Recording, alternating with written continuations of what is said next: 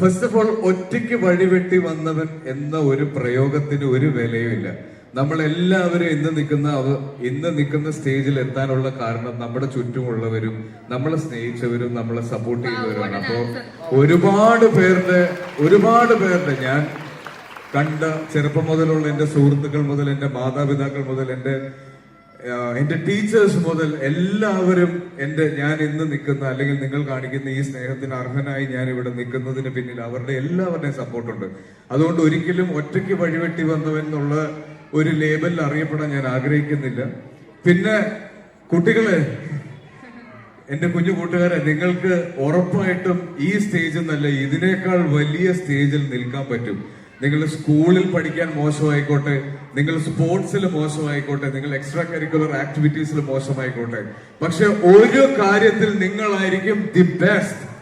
ആ കാര്യം എന്താണെന്ന് നിങ്ങൾക്ക് തിരിച്ചറിയാൻ പറ്റും. അത് തിരിച്ചറിയാൻ നിങ്ങളുടെ മാതാപിതാക്കൾക്ക് നിങ്ങളെ സഹായിക്കാൻ പറ്റും, നിങ്ങളുടെ ടീച്ചേഴ്സിന് നിങ്ങളെ സഹായിക്കാൻ പറ്റും.